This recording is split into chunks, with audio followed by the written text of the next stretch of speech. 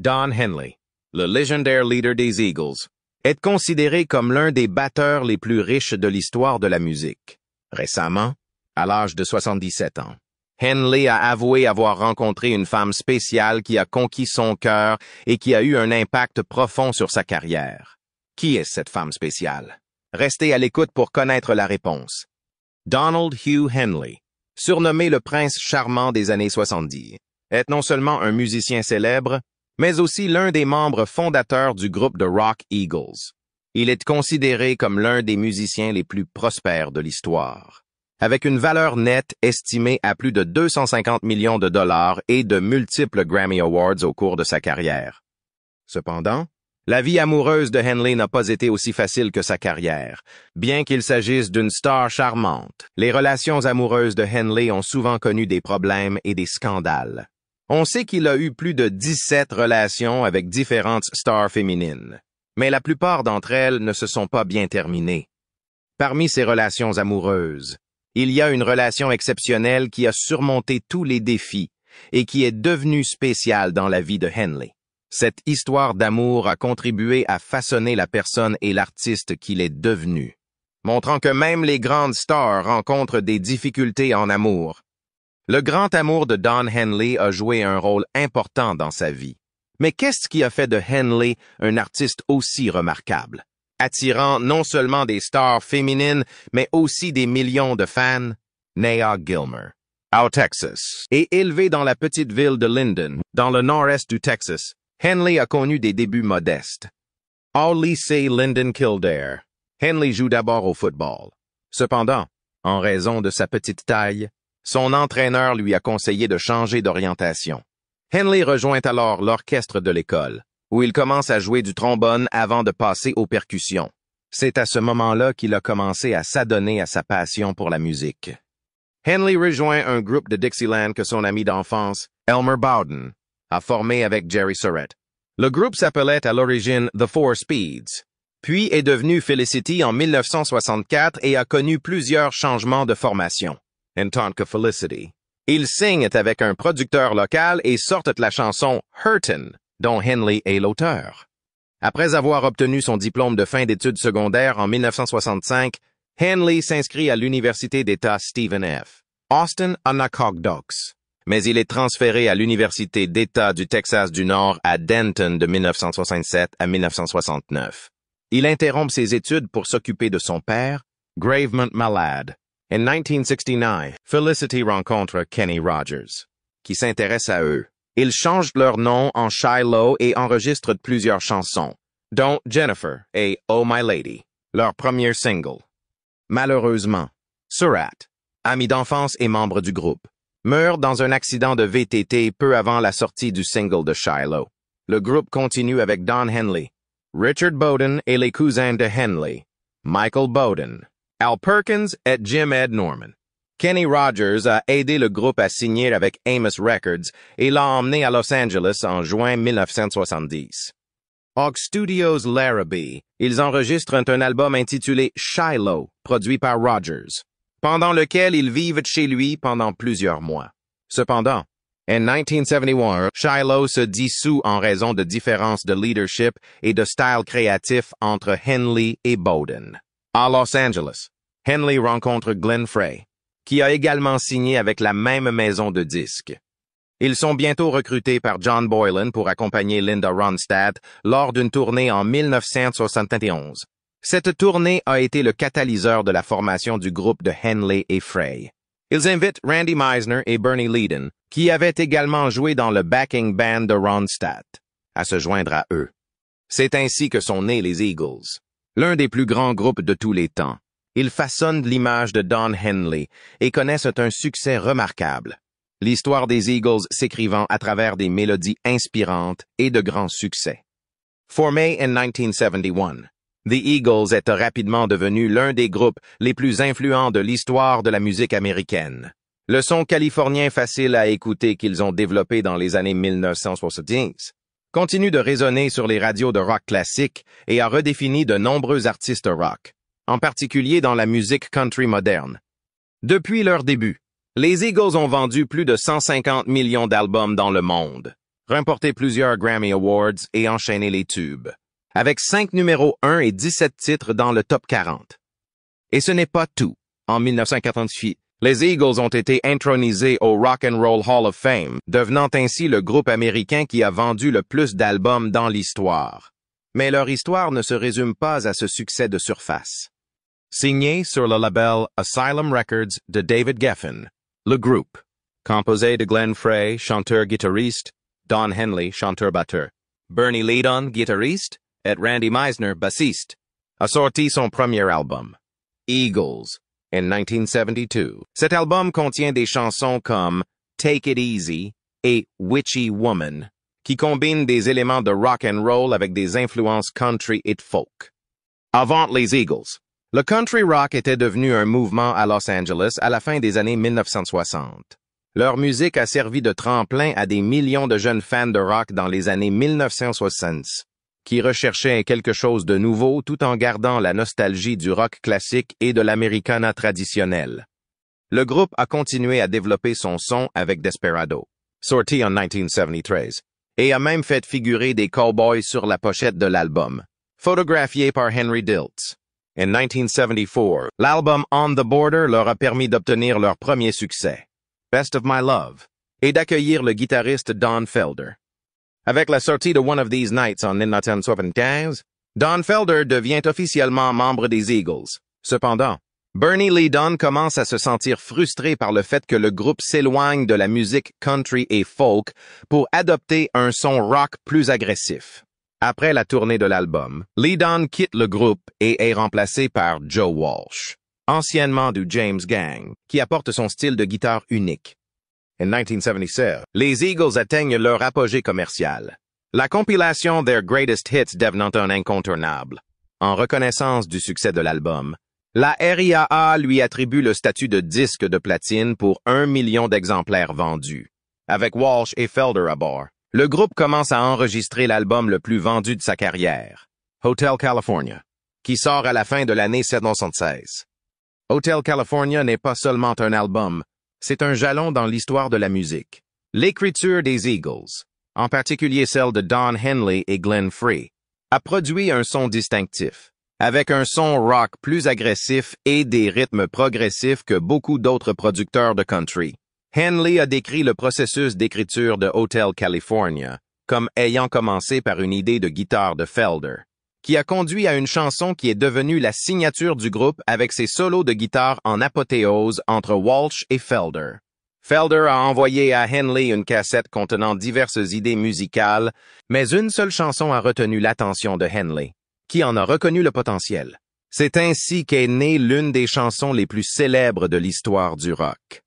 Les Eagles, quant à eux, se désagrègent progressivement, malgré le succès retentissant de leur album Hotel California, sorti en 1976, et de la tournée qui l'a suivi. Si le groupe est connu pour ses tubes, il est aussi connu pour les conflits internes et les changements de personnel qu'il a connus. Les leaders du groupe, Henley et Frey, sont responsables de l'écriture de la majorité des chansons du groupe, parfois en collaboration avec d'autres auteurs-compositeurs comme J.D. Souther et Jackson Browne. Cela sert de point d'ancrage aux autres membres du groupe. Après un incident avec Frey en 1977, le bassiste Meisner quitte le groupe parce qu'il est fatigué et refuse d'interpréter sa chanson Take It to the Limit. Frey était en colère contre Meisner parce qu'il refusait d'interpréter sa chanson. Meisner est remplacé par Timothy Schmidt et le groupe entre en studio pour enregistrer ce qui s'avérera être le dernier album que les Eagles sortiront au cours des années 1970. L'album, intitulé 1979 The Long Run, a été achevé après une période de 18 mois. Il était initialement prévu qu'il s'agisse d'un double album, mais les membres du groupe n'ont pas réussi à trouver suffisamment de chansons pour y parvenir. Cependant, bien qu'il ait été un grand succès économique, il a été considéré comme une déception par plusieurs critiques, car il ne répondait pas aux normes établies par Hotel California. L'album s'est vendu à 7 millions d'exemplaires et s'est classé en tête des hit parades. En outre, 3 chansons ont atteint le top 10. Le 10 novembre 1979, le groupe sort sa dernière chanson, Heartache Tonight, qui se classe en tête du Hot 100. La chanson I Can't Tell You Why et la chanson-titre ont toutes deux atteint la 8e place du classement. Pour leur chanson Heartache Tonight, le groupe a reçu son 4e Grammy. Sur scène, In the City by Walsh et The Sad Café sont devenus des favoris. Le groupe a également enregistré 2 chansons de Noël au cours de ces sessions, Funky New Year et Please Come Home for Christmas. Ces 2 chansons sont sorties en single en 1978 et ont atteint la 18e place des charts. Funky New Year est sorti initialement en 1978. Look What You've Done to Me est un single sorti par Boz Scaggs. Et Frey. Henley et Schmidt ont tous fait des chœurs sur cette chanson. The Long Night at Wrong Beach est un terme qui a été utilisé pour caractériser l'événement qui s'est produit le 31 juillet 1980 à Long Beach, en Californie, lorsque les esprits ont atteint un point d'ébullition. Felder, qui n'avait toujours pas digéré la décision du duo de supprimer sa voix, The Victim of Love sur Hotel California et de la remplacer par celle de Henley, s'opposa à ce que le groupe participe à une collecte de fonds pour le sénateur démocrate de Californie, Alan Cranston. C'est à ce moment-là que les tensions qui couvaient depuis longtemps au sein du groupe ont finalement atteint leur point d'ébullition. Lors du concert à Long Beach, Felder et Frey se menacent mutuellement pendant qu'ils se produisent sur scène. Dans son excellent documentaire, History of the Eagles, sorti en 2013, Alison Elwood capte l'audio du combat ainsi que ses suites. Une fois de plus, les Eagles ont donné leur dernier concert. Il semblait que le groupe avait enfin atteint sa conclusion.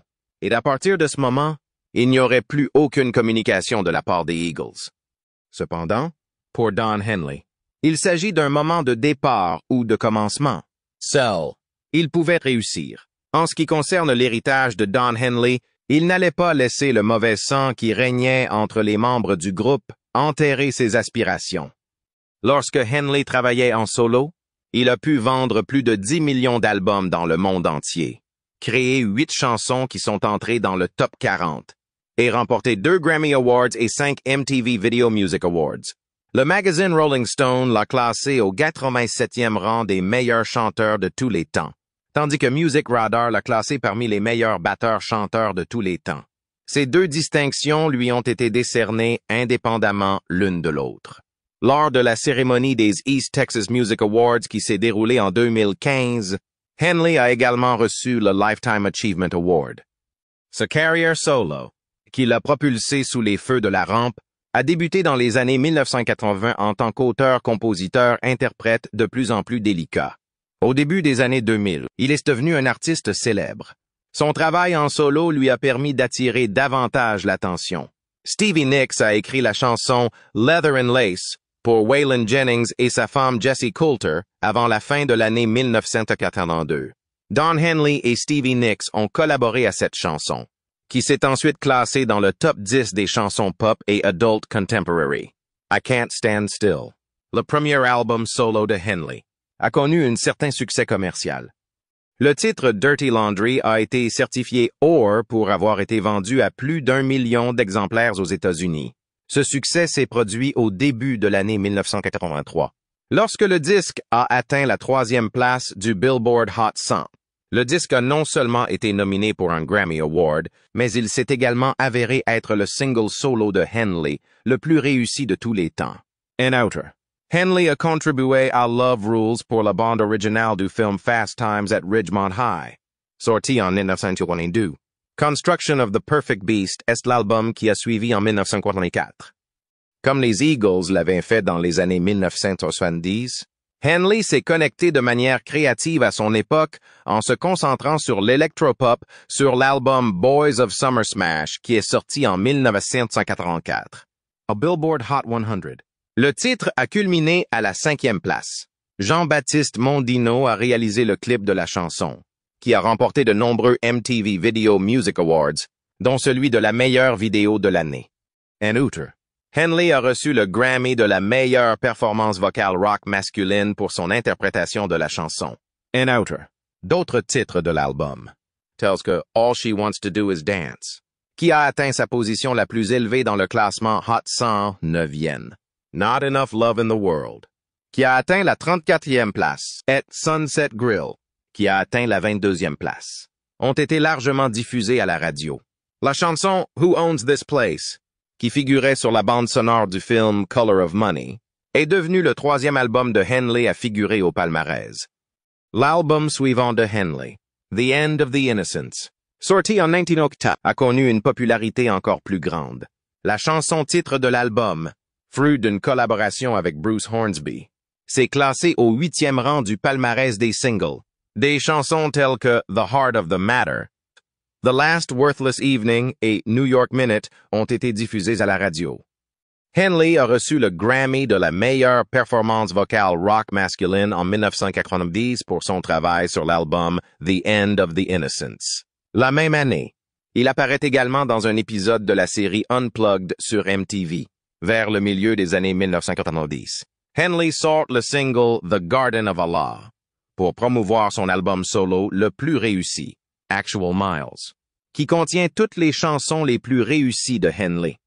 C'est à cette époque que les Eagles ont fait leur retour, ce qui a jeté une ombre sur la carrière de Henley, qui connaissait un grand succès. And Outer, durant cette période. Le conflit juridique qui opposait Don Henley à Geffen Records depuis plusieurs années a été porté à la connaissance du grand public. Pour tenter de résilier son contrat, Henley invoque une loi californienne vieille de 50 ans qui limite à 7 ans la durée des contrats de divertissement. Il souhaitait conclure un contrat d'édition avec EMI qui serait plus rentable. En réponse, Geffen Records a intenté un procès pour rupture de contrat contre Henley, affirmant qu'il lui devait 2 albums studio et une compilation des plus grands succès.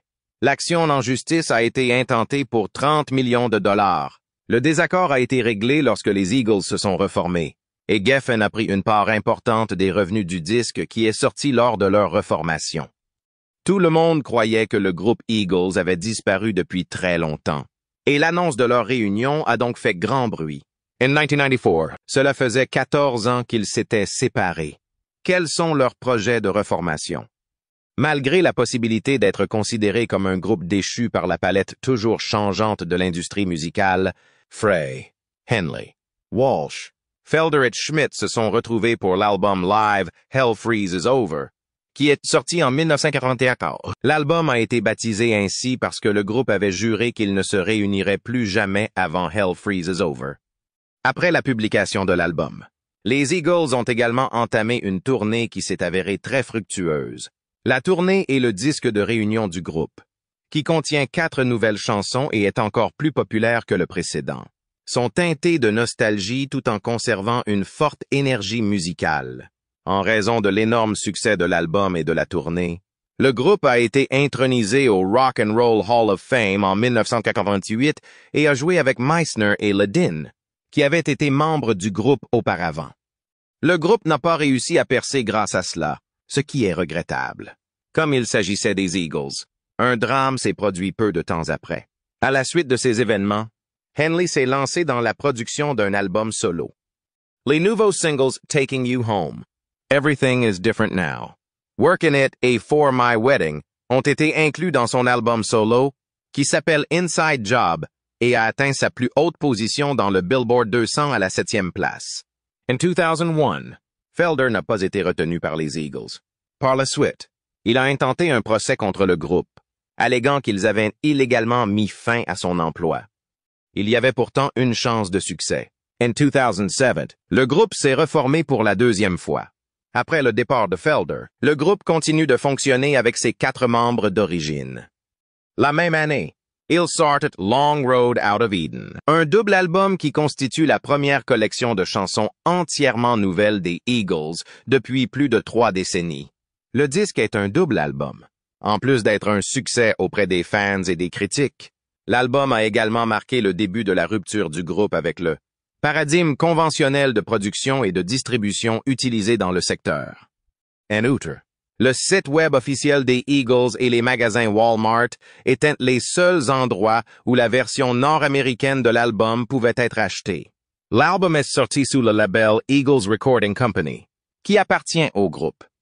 La chanson I Dreamed There Was No War, qui figure sur l'album Long Road Out of Eden, a été récompensée par le Grammy Award de la meilleure performance instrumentale pop en 2009. L'année 2013 a vu la publication du documentaire du groupe History of the Eagles, qui a été divisé en 2 parties. lorsque Henley ne travaille pas sur un nouvel enregistrement. Il collabore avec une grande variété d'artistes et de projets. Il a notamment collaboré avec Patti Smith, Trisha Yearwood et Roger Waters. Il a également participé à des duos avec Kenny Rogers et Reba McEntire, Ronnie Dunn et Alison Krauss. En outre, le groupe des Eagles a continué à voyager régulièrement, affichant une vitalité et un succès inébranlables, jusqu'à ce que Frey se sente mal. Malheureusement, il est décédé en 2016, à l'âge de 67 ans. Bien que Deacon, le fils de Frey, et Vince Gill, le chanteur-guitariste de country, ayant rejoint les Eagles, il semblait que les Eagles avaient atteint leur fin pour une fois de plus. Même si l'histoire des Eagles restera à jamais gravée dans les mémoires, le groupe continue de se produire sur la route, puisqu'il effectue actuellement sa longue tournée d'adieu. Enfin, nous en sommes arrivés à l'intérêt de regarder ce film. Selon Don Henley, les affaires qui se sont déroulées en coulisses n'ont pas été beaucoup mieux que le passé turbulent et dramatique des Eagles. La vie de Don Henley en dehors du travail.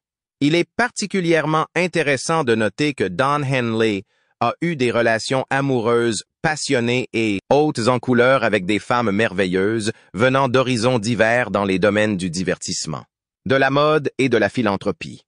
Alors qu'il poursuivait sa carrière musicale, la plupart de ses relations amoureuses se sont déroulées simultanément. Ces partenariats reflètent certaines des personnes qu'il a rencontrées en travaillant dans l'industrie de la musique. Sa relation avec Lori Rodkin, créatrice de bijoux et philanthrope américaine, est l'une des plus célèbres qu'ils aient eues. Rodkin est connu pour sa société de joaillerie de luxe, qui a même été publiée dans des magazines tels que Vogue et Harper's Bazaar. La saison de l'automne 1974 a marqué le début de la relation entre Don Henley et la magnifique Lori Rodkin, qui avait 22 ans à l'époque. C'est le début du chemin qui mènera à Hotel California.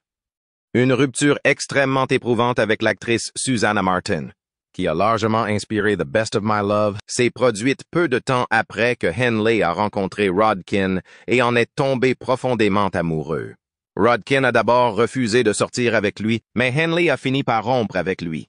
L'échec des fiançailles de Rodkin avec Bernie Taupin, collaborateur d'Elton John pour l'écriture des chansons, lui causait encore une grande détresse émotionnelle. Au moment où elle a finalement cédé et commencé à fréquenter Henley, elle n'avait aucune idée de l'instrument dont il jouait. Avec beaucoup de patience, il lui a offert une collection de ses disques. Peu de temps après, ils achetaient de la literie et des oreillers et s'aménageaient collectivement une maison à Malibu. Cependant, Henley a rencontré un certain nombre de difficultés lorsqu'il s'est engagé pour la première fois dans une relation domestique avec une femme. L'un des problèmes était qu'il continuait à manifester un intérêt excessif pour d'autres femmes. Henley et son ami et partenaire J.D. Souther aimaient sortir régulièrement en ville. Ils le faisaient plusieurs fois par semaine. Ils étaient conscients qu'ils poursuivaient deux des hommes les plus accomplis et les plus séduisants d'Hollywood, et ils les poursuivaient tous les deux. Au début, Rodkin a pu supporter le comportement de Henley dans la mesure où il l'a rationalisé en le considérant comme une composante vitale de son processus créatif. Plusieurs fois, une femme avec laquelle l'un de nous était sorti préférait croire que les chansons que nous avions écrites parlaient d'elle. Henley a même avoué que c'était le cas. C'est une compilation de tous les morceaux. Chacune de mes chansons contient des éléments de toutes les femmes avec lesquelles je suis sorti, comme les personnages de fiction. Ce sont des combinaisons de personnages. Cependant, certains éléments de Hotel California sont dirigés contre Lori Rodkin et sont considérés comme plus offensants. Ses pensées sont déformées comme celles de Tiffany. Elle a acheté une Mercedes-Benz. Dans son cercle d'amis, elle a un grand nombre de jeunes hommes séduisants. Elle en est le sujet. Et si j'étais Mel Rodkin, je ne m'en vanterais pas. Je la considère comme la Norma Desmond de sa génération. Je crois qu'elle l'est. Lorsque Rodkin l'a finalement abandonnée, Henley a attendu environ 1 mois avant de la contacter. Henley a invoqué son excitation pour une nouvelle chanson qu'il avait écrite, Wasted Time, pour expliquer son retard à la contacter. Il semble que la situation n'ait pas amusé Rodkin. Henley a déclaré qu'il s'agissait d'une chanson écrite en guise d'adieu. Il lui a ensuite révélé que la véritable raison pour laquelle il avait téléphoné était qu'il souhaitait renouer avec elle, depuis le passé. Comme l'a dit Rodkin, ce n'est pas possible. Entre-temps, elle était déjà en contact avec Bernie Taupin, son ex-fiancé. Peu après, Henley passe à autre chose. Fin 1975, il entame une relation avec Stevie Nicks, membre de Fleetwood Mac, qui fait beaucoup parler d'elle. Bien qu'ils ne se soient jamais rencontrés ni parlé auparavant, Henley a décidé de prendre le téléphone et de contacter Nick un soir. Henley était un fan de Nicks depuis longtemps et était au courant de la bataille entre les deux groupes pour le titre d'album le plus vendu de l'année. Les deux hommes entament une conversation qui débouche sur une série d'appels téléphoniques passionnés. Au cours de ces discussions, ils ont partagé leurs sentiments sur l'isolement qui accompagne la vie d'une rockstar à distance. Henley découvre en Nicks, qui vient de mettre fin à sa relation avec Lindsey Buckingham, une âme sympathique. Henley était encore plein de Rodkin.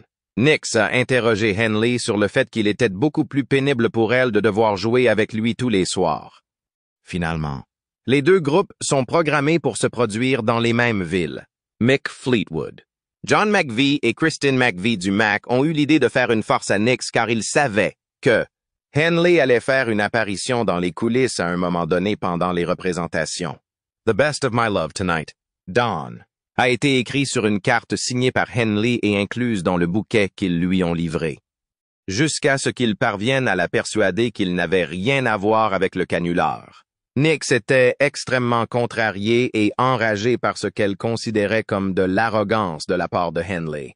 Les deux hommes ont alors vécu une romance sérieuse qui a duré 2 ans. Nicks s'en souvient comme suit. Après que Lindsey et moi ayons rompu après l'épisode Rumors, j'ai commencé à sortir avec Don. Il était exquis et mignon à la fois. Il m'a appris à gérer mes finances.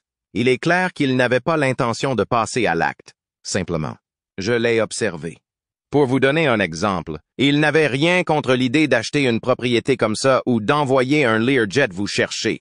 Finalement, Nicks est tombée enceinte et aucun des deux n'a douté que Henley était le père de l'enfant. Le problème qui en aurait découlé a été rapidement et discrètement résolu lorsque Nicks, au milieu de ses tournées, a décidé de se faire avorter. Selon ses amis, elle était très indignée par ce qu'elle croyait être un assentiment rapide et facile à sa décision, même si Henley n'a pas tenté de lui imposer la question. Nicks a interprété cela comme une façon pour Henley d'indiquer qu'il n'était pas intéressé par un engagement significatif sur une longue période. Au début, Henley a joué le rôle du gentleman idéal au charme sudiste, comme il l'avait fait dès le départ. Les Learjets pour Paris pour des repas romantiques. Les fleurs, les appels téléphoniques et les mots d'amour sont autant d'exemples de romance. En fin de compte, il s'est montré distant, inaccessible, lunatique, argumentatif et évasif. Il s'éloignait des autres. C'était une plaisanterie récurrente au sein de l'équipage des Eagles, qui s'était habitué à la routine à ce stade. Love and Learem était le nom donné à la tactique de séduction préférée de Henley plus tard dans sa carrière. Après quelques années, Henley s'est exprimé sur sa liaison avec Nick. Il a déclaré que Nicks avait donné le nom de Sarah à l'enfant à naître avant l'avortement qu'elle a subi. Selon Henley, elle a ensuite écrit la chanson du même nom, qui est devenue un grand succès pour elle. Elle aurait dédié la chanson à l'âme du bébé avorté. Pendant près de 2 ans, leur relation a été intermittente. Par la suite, Henley a entamé une relation avec Lois Childs, une actrice, un mannequin et une Bond girl, qui a duré 3 ans. Childs a déclaré au Houston Chronicle qu'en dépit du fait qu'ils s'aimaient, leur relation n'était pas destinée à durer éternellement, et qu'elle s'est terminée après 3 ans de vie commune. Childs a déclaré qu'en dépit du fait que nous nous aimions beaucoup, la relation ne fonctionnait pas. C'est le genre de choses qui arrivent. Je ne pouvais pas être la personne qu'il avait besoin que je sois, et il ne pouvait pas être la personne que j'avais besoin qu'il soit. Même si nous avions beaucoup d'amour et de respect l'un pour l'autre, c'était une situation difficile. Au début des années 40, Henley s'est fiancé à Maren Jensen, qui avait déjà participé à Battlestar Galactica. Jensen, qui a également participé au chant d'harmonie de la chanson Johnny Can't Read, a été honoré par une dédicace sur son premier album solo, qui s'intitulait I Can't Stand Still, Je ne peux pas rester immobile. Le clip de la chanson Not Enough Love in the World de Henley est sorti en 1985, et Jensen y figure. Jensen continue d'aider son ex-petit ami à créer une organisation caritative connue sous le nom de Walden Woods Project au début des années 1990, bien qu'ils aient été fiancés au moment de leur rupture en 1986. Avant que Henley ne rencontre celle qui allait devenir l'amour de sa vie, sa femme Sharon Summerall. Il s'agissait de la dernière relation sérieuse qu'il avait eue avant de rencontrer son mari. Lorsque Henley a rencontré Sharon Summerall pour la première fois en 1993, il a su qu'il avait enfin trouvé la personne avec laquelle il devait être et qu'il était enfin prêt à fonder une famille. Les histoires d'amour connaissent parfois des tournants et des rebondissements inattendus avant de connaître une conclusion heureuse. Il a fallu à Don Henley plusieurs tentatives avant de trouver la personne avec laquelle il passerait le reste de sa vie. Le mannequin, Sharon Summerall, également texane d'origine, a complètement conquis son affection. Bruce Springsteen, Sting, Billy Joel, John Fogerty, Jackson Browne, Sheryl Crow, Glenn Frey et Tony Bennett figurent parmi les célébrités venues assister au mariage du couple en 1995. La cérémonie s'est déroulée en présence d'un grand nombre de célébrités.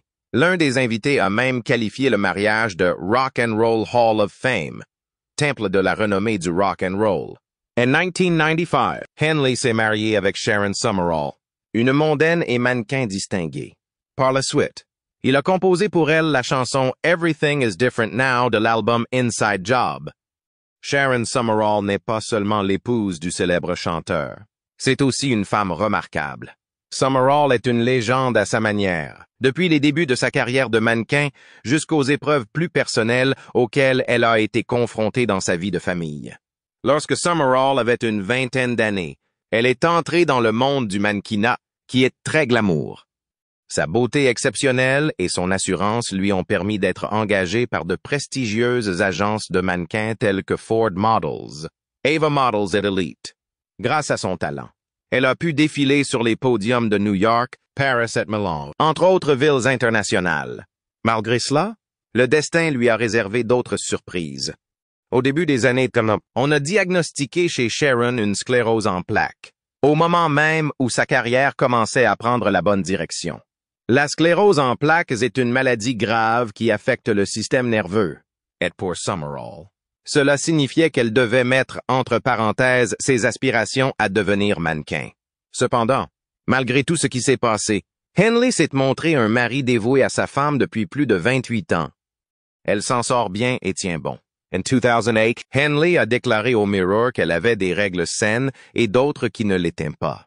Sharon a la chance d'être atteinte de la forme rémitante de la sclérose en plaques, ce qui lui permet d'être optimiste et de croire qu'elle connaîtra des jours meilleurs à l'avenir. Annabelle, Julia et Will sont les 3 enfants que Henley et Summerall sont ravis d'avoir. Pour donner à leurs enfants une éducation plus réaliste, le couple a décidé de s'installer au Texas afin de les élever loin des projecteurs de Hollywood. Dans une interview accordée au Mirror, Henley a déclaré « Je voulais que mes enfants aient une éducation comparable à la mienne, et la famille est notre priorité absolue. » En outre, le fait que les parents de ma femme soient également très intéressés rend les choses beaucoup plus simples à réaliser ici, a déclaré Henley. Henley, qui a aujourd'hui 77 ans et qui a perdu sa vitalité de jeune premier et ses paillettes de star, est un parent qui veut être un bon exemple pour ses enfants et leur donner une leçon à partir de ses expériences. Quelle est votre chanson préférée de Don Henley? Et que pensez-vous de cet artiste? Quand sa vie a-t-elle connu autant d'aventures amoureuses? N'hésitez pas à nous faire part de vos commentaires dans la section ci-dessous. Et n'oubliez pas d'aimer la vidéo et de vous abonner à la chaîne pour plus de mises à jour intéressantes. Merci et à bientôt dans les prochaines vidéos.